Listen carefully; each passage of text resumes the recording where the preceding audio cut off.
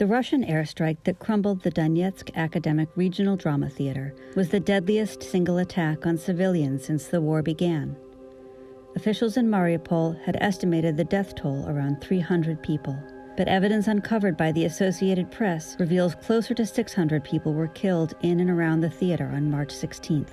Живых людей не было, понимаете, но завалы до сих пор, вот мы смотрим ролики, до сих пор завалы лежат. Под завалами люди. Их просто никто, я не думаю, что их кто-то откапывал. Я думаю, что это просто одна большая такая братская могила. Based on accounts from 23 survivors, rescuers, and people intimately familiar with the theater, along with building floor plans, photos, and videos, reporters were able to reconstruct the events leading up to the attack. On March 5th, days after the shelling began in Mariupol, actors, designers, and theater administrators were the first to seek shelter inside. 2 days later, people were already filling up the hallways and rooms with their limited belongings. The cloakroom became the registration site for new arrivals, and a nearby tea stand helped calm frayed nerves.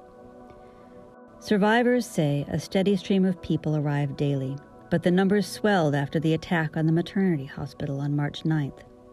As word spread about a safe corridor out of the besieged city, people assumed evacuations would be organized from the centrally located theater. A set designer even used white paint to write children in Cyrillic letters, large enough to alert Russian warplanes. As several hundred waited, a routine settled in.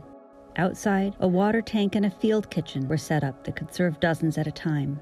On the day of the attack, witnesses say at least 100 people were gathered here when the right side of the building collapsed on them. Inside, most of the women and children stayed on the second floor in the back of the building, in the hallways and the more comfortable dressing rooms. A number of pregnant women from the Mariupol maternity ward who were unharmed in the airstrike ended up here. It is believed that no one in this section survived. Victoria Dubovitska and her 2 children were also on the second floor, but in the projection room toward the front of the building.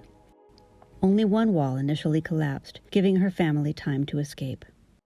Что мы спускались, мы проходили мимо сцены, мы вот так вот могли переступать людей. Мы не знали, он раненый или уже человека нету в живых. Но те, кто были на сцене, погибли все. According to survivors, not many people slept on the stage because it felt like a giant target. But pets were kept there, and people still liked to congregate in the auditorium. Footage taken days before the strike show the hallways and rooms had filled up, leaving little space to walk through. Witnesses and rescuers say it was as dense the morning of March 16th, when the airstrike gutted the stage and the surrounding rooms. Вот и все вот люди, которые сверху были, их вот смыло, грубо говоря, снесло вот на вот этих людей, которые стояли внизу на полевой кухне. While the theater took a direct hit, the damage was widespread. The explosion blew out the windows in the front of the building and crumbled walls. Most survivors came from the basement in the front and fled out the main entrance. Russia has variously claimed Ukrainian soldiers used the theater as a base or that they blew it up themselves, but no one ever saw Ukrainian soldiers operating inside. Those who witnessed the attack say Russia had only one goal.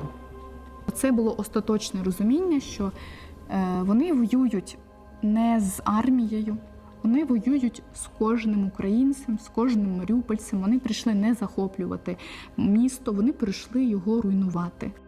The true toll of the attack may never be known.